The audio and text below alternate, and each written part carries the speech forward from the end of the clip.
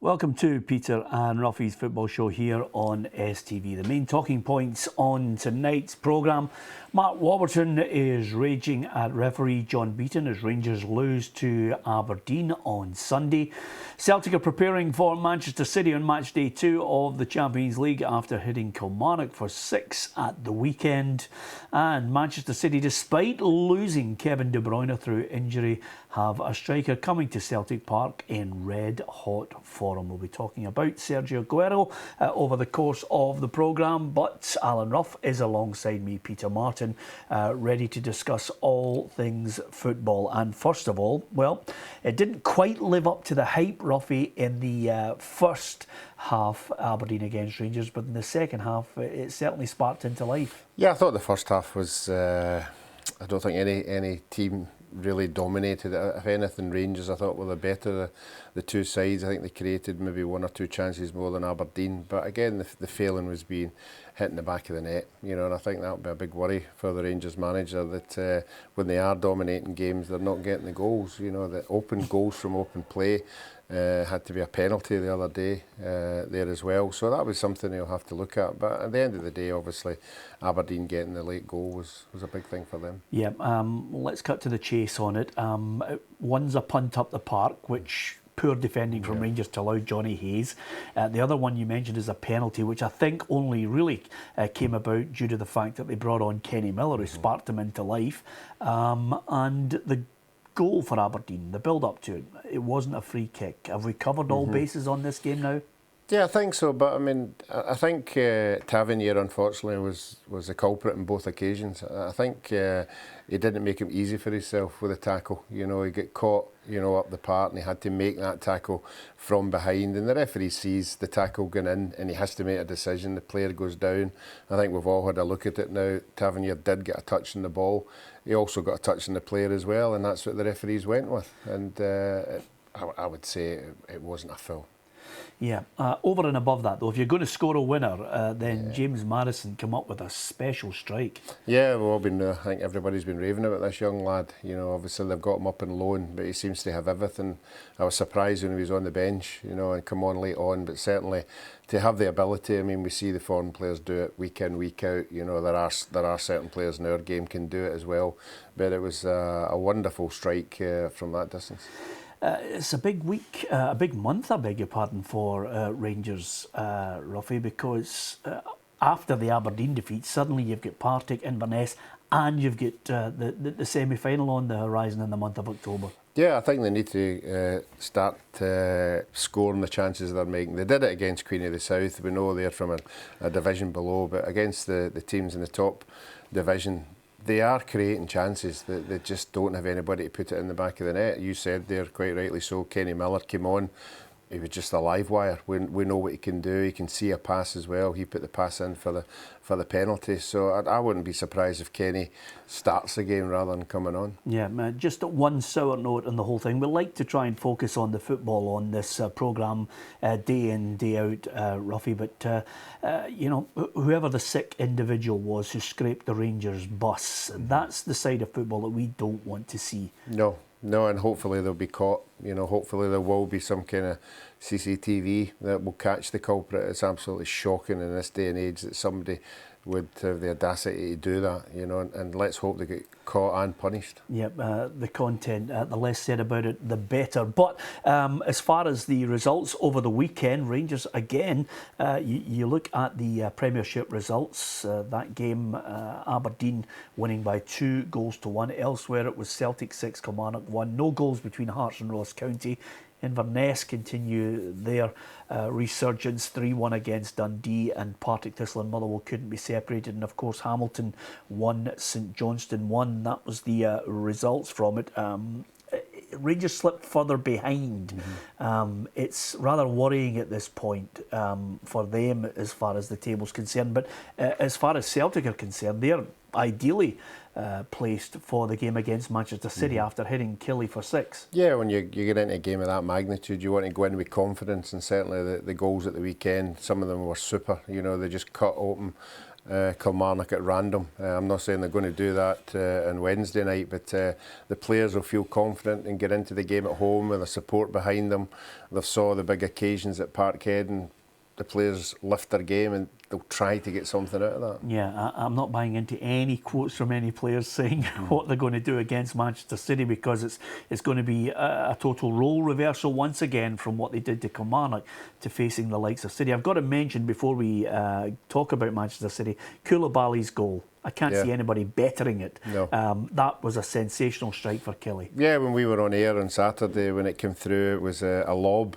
You know, it certainly wasn't a lob when I saw it. It was a fantastic flick to beat Scott Brown, and then he only had one thing in mind, and such a strike in the height that he hit it at, and it actually dipped over the goalkeeper into the net. It was just a wonderful strike. Here's a tough call, Ruffy. Dembele scores a couple of goals. Griffiths chips in when he comes on. Do you play two of them up front, or do you just look for one of them in this game? I think if Brendan Rodgers could find a place for the two of them, he would do it, you know, but obviously he would have to sacrifice somebody in a midfield role, and I think a midfield role is very important. I think we saw against Barcelona that they were coming at them in waves, and I don't think the back five get any protection, but who's to say, you know, if you're going to go out, you better get out attacking, and to play two strikers, why not? Yeah, and Craig Gordon in goal. Can you see anyway Doris de Vries recovering from what was described as a chest strain, trying to save that Koulibaly strike? Yeah, well, the only thing I can think of is when he actually fell. He fell on his elbow and winded himself or something like that. But it'd be interesting to see if he is fit, because if he is fit, he'll be on the bench or he'll be number one. So if he's fit, it'll be interesting to see what decision Brendan Rodgers comes to. Who would you pick? I'm always Craig Gordon. You know, I think he's a wonderful keeper. I think he's great in these big nights. In these nights, you've got to be prepared to make the save when it matters, and I think that's the strength of Craig Gordon's game. Okay, here's a nightmare scenario. The statistics that back up Manchester City under Pep Guardiola. It's 10 wins out of 10, 6 wins out of 6 in the league, 30 goals scored. I think we're talking about 6 goals conceded, and Aguero has managed to bag himself 11 goals already, and Pep says they can only get better. Yeah, well, that's a worry, but obviously we know what they can do. But I think the magnitude of the game is, Peter, Celtic's arguably two of their best players are Roberts, you know, and Sinclair, and I don't even think they would get in the Man City reserve team, you know, with the players that they've got there, and that's what they're up against. They're up against quality international players. Disappointed De Bruyne's not playing. I think he's a fantastic player. I think it'd be great for the supporters to see him, but they've certainly got enough players on show to make it a great night. Yeah, De Bruyne is certainly, I think all Celtic fans are of the same opinion as they were in match day 1 against Barcelona. You want to see the best players. You want to be able to say to your mates that you've seen these guys.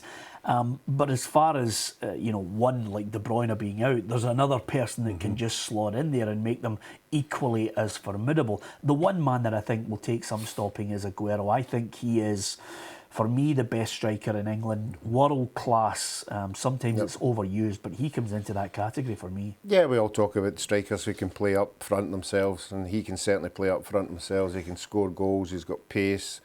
He can score anything, left foot, right foot, header, and that's your worry. He's the movement he's got, and obviously with Sterling floating about with the pace that he's got, I think these are the two main guys that they've got to keep their eye on. Are you a fan of Sterling? Is he just coming into it? Was it a poor European Championship? No, I think he's good. I think he's got great ability. I thought he was very good with Liverpool, super there, and I think he is a player on his night can be fantastic to watch as well. Okay, really looking forward to that. We'll be continuing our build-up to Celtic against Manchester City. We have been able to show you the results from the weekend of the Premiership. Here's how the table looks overall. Ruffy, we're going to discuss in detail some of the other matches that have taken place and the key issues, but there's Celtic at the top. At the bottom end of it, Partick Thistle still propping it up, but I don't think Alan Archibald will be overly worried about it. Hamilton managed to get off the bottom with that 1-1 draw with St Johnstone. Yeah, Partick Thistle failing again, winning 1-0, creating chances left, right and centre, not being able to get that second goal. and Motherwell did, and it just knocked them off their perch a wee bit. But I think it was encouraging the way Partick Thistle were playing. Okay then, we're going to talk Hearts, Dundee, Hibernian and other teams in the Championship, including Falkirk. Just before we head to the break, we were talking about Sergio Aguero there. I wonder if you can guess how many goals the Argentinian has scored in the Premier League in England since his arrival in English football in 2011. How many league goals has he scored for Manchester City since 2011? After the break, we will give you the answer for that, and we're going to talk even more football. Join us if you can.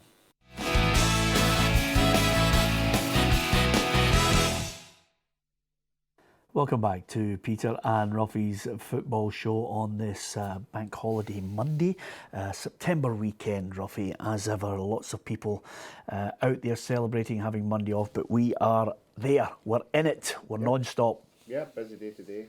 Ironing, hoovering, tidying up. It was my September weekend, but has to be done. Yeah, absolutely. Before the break, I don't know why we actually got onto that, but before the break we asked you how many goals Sergio Aguero had scored in the league since his arrival at Manchester City in 2011. The answer was 107, and he is one formidable striker, and I think it doesn't matter who you play in that back line, they're going to have their work cut out with his movement, Ruffy. Yeah, I think his most memorable goal was obviously the Championship winner one, in the dying seconds of that game. But he scored some fantastic games and goals. And you're right, he is the kind of guy who could go into that Barcelona side and just fit in nicely. In fact, he could go into any team and fit in nicely.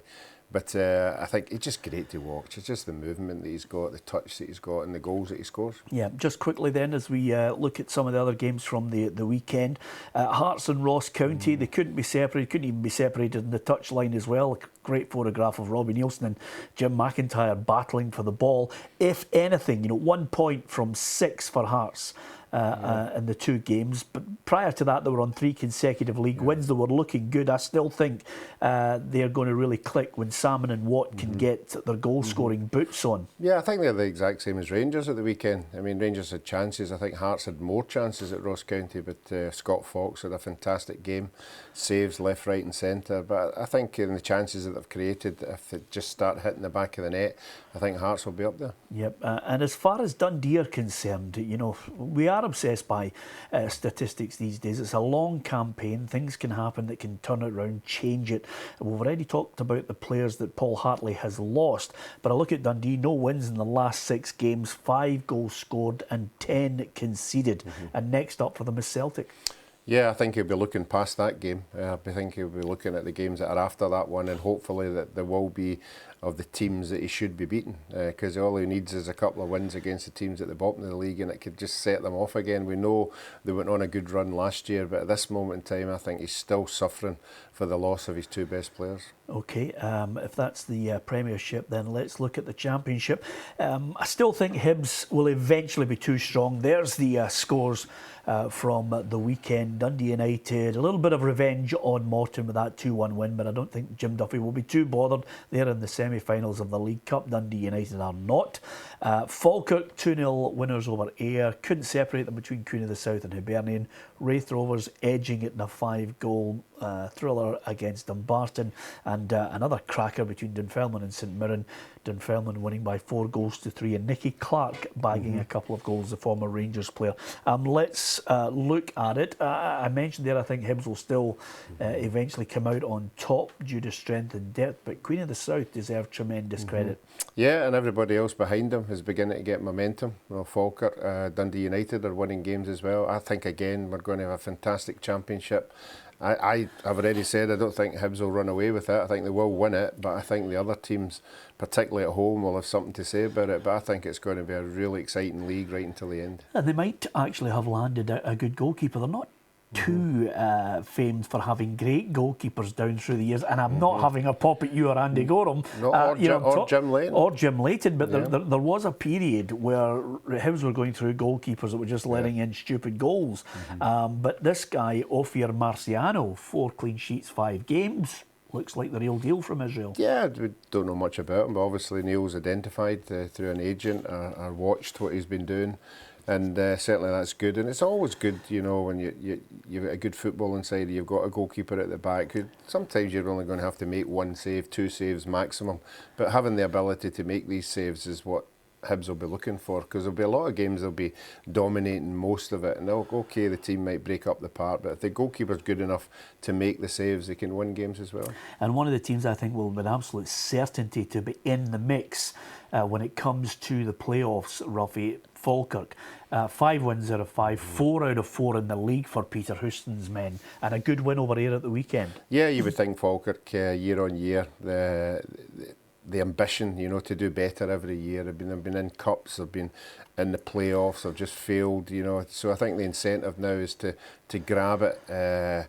I think they might be the team that will be second and come up against the Premier League side to go up. Yeah? Yeah, I think Falkirk, if they can they are getting their act together just now. Yeah. But I think they could be the team to go into the playoffs. Yeah, who's your top 4 then, even at this early stage? I'm going to go Hibs, I'm going to go Falkirk, Queen of the South and Dundee United.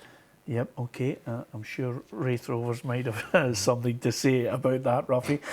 Okay, that was the Championship from the weekend. Let's have a look at League One for you now and the scores over the course of Saturday. Airdrie 0, Albion Rovers 2, Brecon City 2, Peterhead 1. East Fife 3, Livingston 1, Queen's Park losing out by 2 goals to 0 to Stranraer, and Stenhousemuir 2, Alloa 2 in League One. And again, when I look at that division, I'm thinking to myself, this one really is going to be tight. I find this one too difficult to call, Ruffy. Any one of 3 or 4 could win this one. Yeah, I think we all thought Alloa were going to run away with it with the good run that they had. Obviously, Jim Goodwin getting sent off at the weekend was a downer for them, but it's still another point. They're still on a run, and they look as if they're the team that everybody's got to catch. We mentioned for Darren Dodds at Brecon City because clearly, you know, when he started out, there was a rough patch. The board stood by him, and suddenly they're reaping the rewards. Well, he's got a lot of experience, obviously, on the park now. He's got to gain it off the park, but certainly the run that they're on will be great for him, you know. But I liked Albion Rovers at the weekend. I thought that was a good result for them at the weekend at Airdrie. I thought Airdrie were going along nicely, but Albion Rovers come up with a win, derby game, and that could be just the start they need. Yep. Still can't see past Livingston with the full-time football. Sometimes I just think that makes all the difference. And let's look at League Two for you, Ruffy. The scores from the weekend in League Two. Annan and Edinburgh City. Still Edinburgh City looking for that first win. I'm sure it'll be a real party weekend when they eventually do get it. Arbroath and Cowdenbeath, no goals there. Clyde edged out by 1 solitary strike, for getting the win. Montrose and Berwick 0-0, and Stirling Albion against Elgin. It was Elgin who came out on top, and Elgin back to winning ways emphatically. Yeah, I think the disappointing result of the weekend was obviously Barry, 1-0 at home, but Forfar have been doing well, but Clyde need to go on a run. You know, he needs to get their act together and start winning games. But I said Elgin at the beginning, basically because obviously Jim Weary's got his contacts out there with St Johnstone, Dundee United, and a lot of young players will want to prove their own clubs that they should be back there playing in the first team. Yep, absolutely. Okay, a couple of things to finish. First of all, we always like to keep our eye on Scottish players. I'm sure Gordon Strachan will have him in the squad this week. Oliver Burke scoring for Red Bull Leipzig away to Cologne. Great to see him. He's only on the park, less than 5 minutes, Ruffy. Suddenly the ball's in the back of the net. He's been used sparingly since he arrived in the Bundesliga, but I'm sure that goal will get him a starting place next week. Yeah, I think any young player, if you can go abroad, particularly to Germany, if you can go into Germany, the German league, and hack it in there, then you've got a long way to go in the game. It's a very strong league, and certainly since he's went there, everybody's been raving about him, and that goal can not only help him, but could help us as well, because if he comes back into the Scotland squad with a bit of confidence, we'll get the benefit from it. Yep, okay. A couple of Scots have done well. James MacArthur did well for Crystal Palace at the weekend, albeit it wasn't exactly what David Moyes wanted to see coming back from 2 goals down. Crystal Palace win it 3-2. Yeah, it's a sore one to take. Obviously a lot of pressure on Sunderland every year, and Davies went in there. you know, trying to steady the ship. But he's already went on record to say, look, expectations are you're down there every year, so why should it change? So I think his main job this year will be just to keep them up. Who did you pick to win the Barclays Premier League, Ruffy? Man City. Yep, I rather ominously picked Manchester City as well. It's going to be a tough game on Wednesday night. Of course, I mentioned City. Could Arsenal upset the apple cart because they're in Champions League action this week, and what a big win it was for them against Chelsea. Yeah, I always think Arsenal are the Champions League team. The style of play, you know, the pace, the counter-attack. They've got international players in there, and the style of play that they play suits European football. That's why I always think they do well. Yep, but it's not the year for them to win the Premier League. Not at all. Or the Champions League? Not at all. There you are. Okay, that's the kind of punditry we like. Ruffy, just short and straight to the point. Hopefully you're enjoying your holiday Monday, if indeed you are off. Join us tomorrow on the programme because it's the big build-up to Champions League match day 2. Celtic against Manchester City. Ruffy and myself will be focusing heavily on the Champions League and, of course, looking ahead to the weekend's football as well with some very special guests. Join us tomorrow at 7 if you can. Good night.